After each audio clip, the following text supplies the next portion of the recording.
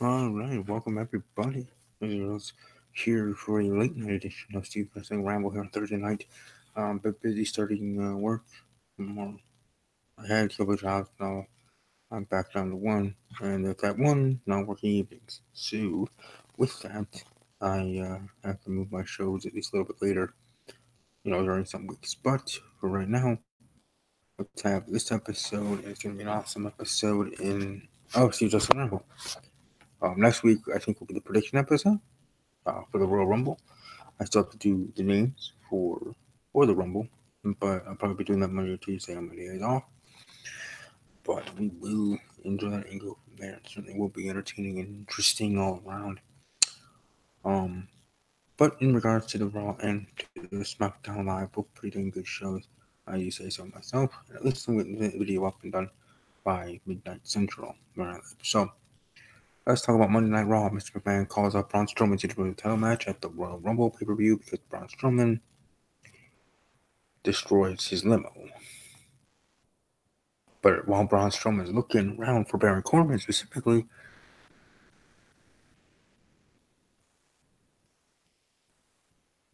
our boy, Real Deal Jayden Steele, part of a spot where Braun Strowman and the Seven Brothers, a table of people that were hanging out or something. But I just want to share that Jayden Steele, his WWE journey, was on Monday Night Raw and on SmackDown Live, two different spots and segments. Raw's Women's Champion Ronda Rousey and Sasha Banks defeat Nia Jax and Tamina. No saying there. You're going to have Rousey versus Sasha Banks at the Royal Rumble for the WWE Raw Women's Championship. We got the Revival defeating the Lucha House Party. Good for them.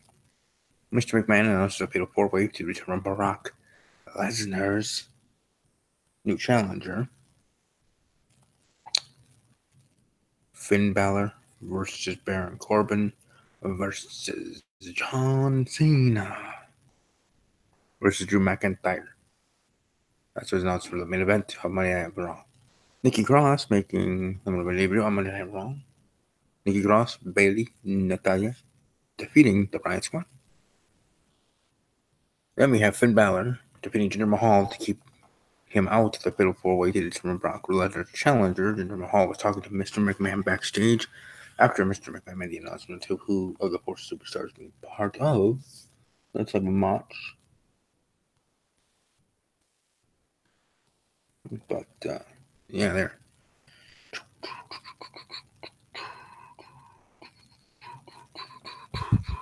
Bobby Lashley defeating Dean Ambrose and Seth Rollins to become the new Intercontinental Champion.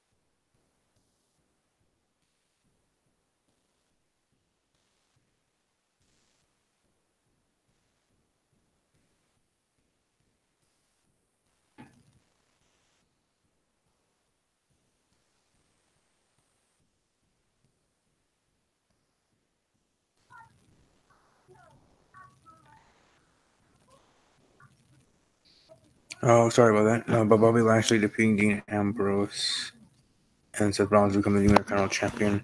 Somewhat surprised there, just because Dean Ambrose and Seth Rollins is great feud off of 2018 heading into 2019 continuing and on the road to WrestleMania. I think they're going to collide whether at WrestleMania for the Intercontinental title or at Royal Rumble where they go to flows and go on from there. But Dean Ambrose would survive, and he would then maybe face Bobby Lashley or face someone like Jinder Mahal or Finn Balor or whoever to defend his title. Who the next next contender would be, right? Even though there is no more quote unquote actual rematch clauses, still in the way that was going to be the setup for the Royal Rumble, Dean Ambrose versus Seth Rollins. But no, it looks like we're gonna probably have a triple threat match, or maybe just one-on-one with Bobby Lashley, the Almighty Bobby Lashley. We're going up against Lunatic Fringe Dean Ambrose. So, or the guiding compass of WWE, Dean Ambrose. Anyways, and Seth being out in the cold, but but it's one of those who knows where it'll go. Probably go triple threat, but with this no rematch clause part of the storyline, and not just storyline, but part of what WWE's trying to do, entertaining with the shows and with their authority figures. So it's gonna be interesting to see how things go by there, specifically with Dean Ambrose, Seth Rollins, and Bobby Lashley with the Intercontinental Championship. Bobby Lashley, like I said, is the new WWE Intercontinental Champion. So that in its own right was actually interesting, I would say.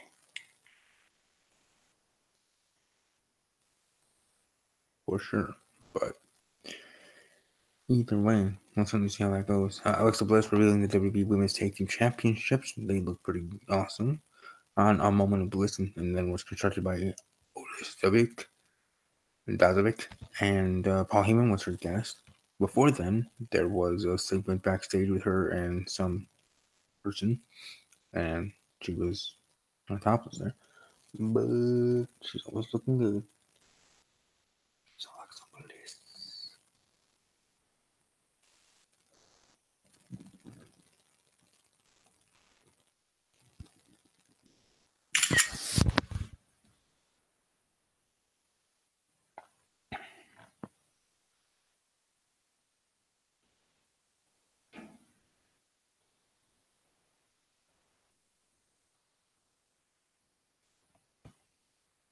Alright, sorry, just trying to do something quickly here.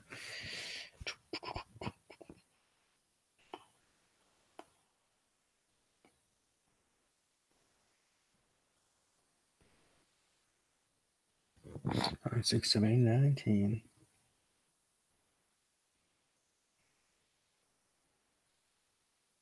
Alright.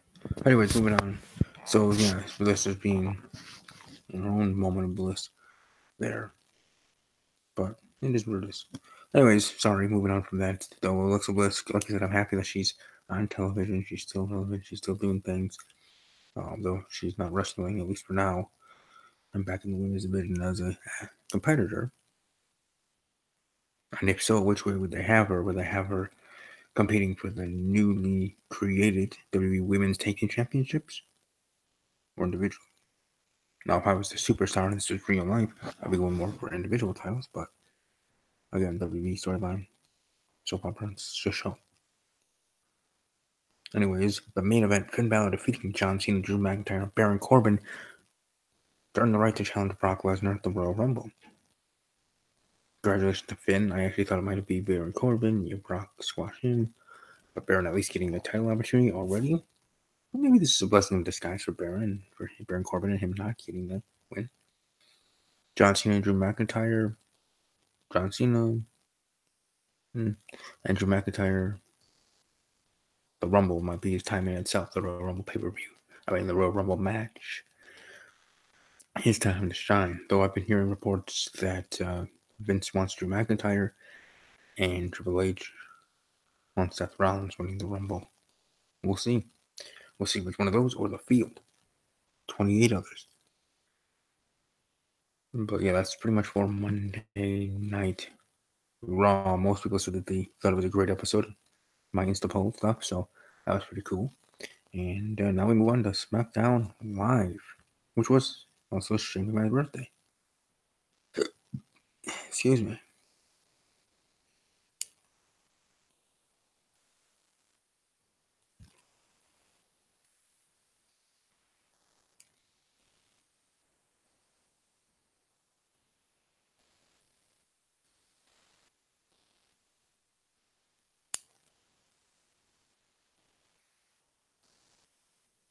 Alright, so anyways,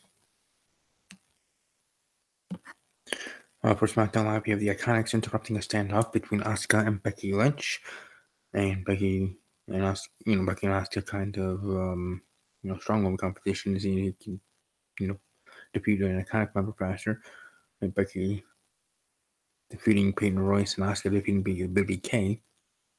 Both in somebody is, but still, the Iconics will probably and will be probably one of those teams. Like I said on Raw, was announced by Alexa Bliss that at the Elimination Chamber in February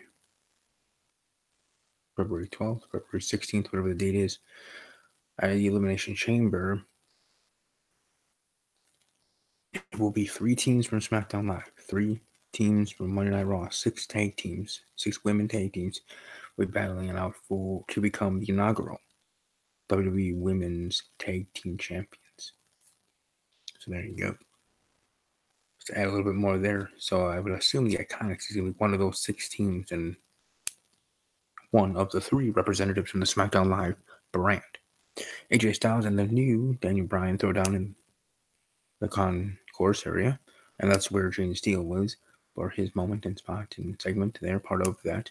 And AJ Styles was with the fans. Remember last week, Daniel Bryan was in the area talking about how fans are being opinions and this and that, and not eating right and such. Bad people, whatever. And now AJ Styles here this week is same kind of atmosphere, saying the opposite side of people can do whatever they want, hard earned money to go to the show. If they want to have a hot dog, you can have a freaking hot dog, sort of thing.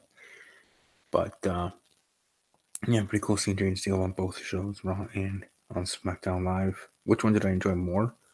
Probably SmackDown Live. I mean, he did great on both of them, and was a great week of awesomeness by Real Deal Jayden Steele, which you should check out his YouTube channel. He has a 4-part little mini documentary thing with him just talking about his journey to WWE, journey to the shows, Raw and SmackDown. So that was pretty cool. Samoa Joe, saw Mustafa Ali prior to the scheduled match, and match was called off. Andrade, no longer Andrade Cien Almas, which I guess WWE likes to do all the time, and changing names and shortening it up. Like Alexander Rusev is Rusev. And that went over right with it being shortened. But other superstars? No. And especially Andrade Cien Almas. With, Spanish flavor. It's going to be like an Alberto Del Rio. You don't see them ever changing to Rio. To Rio or Alberto. No, Alberto Del Rio. You needed it all. You needed all 3 parts of the name to make the character something. And for you to give up about him.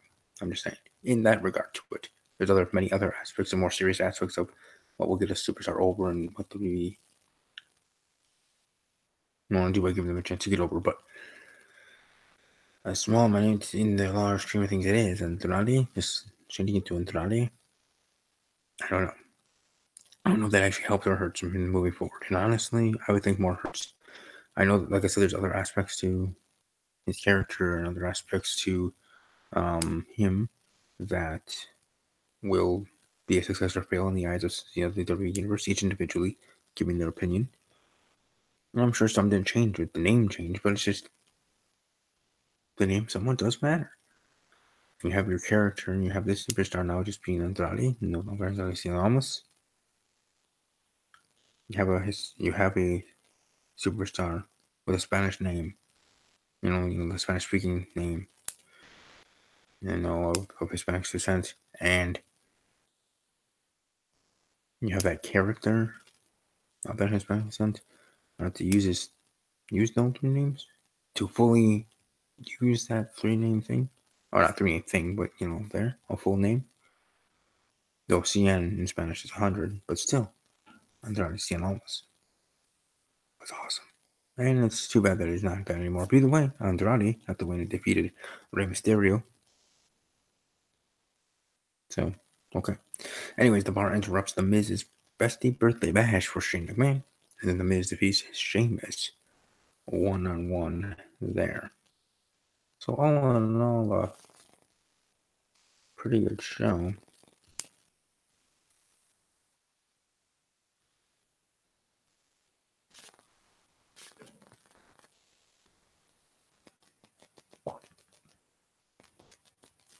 Sorry, I'm just trying to check something.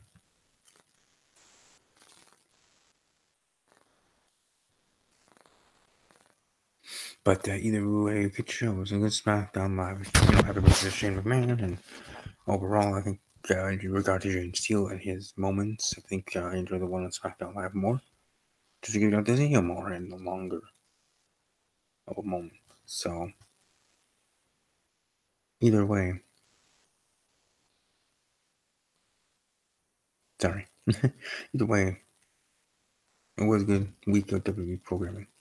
And sorry if I'm a little tired or blah blah blah, but a long day at work, just like everybody else. A long evening.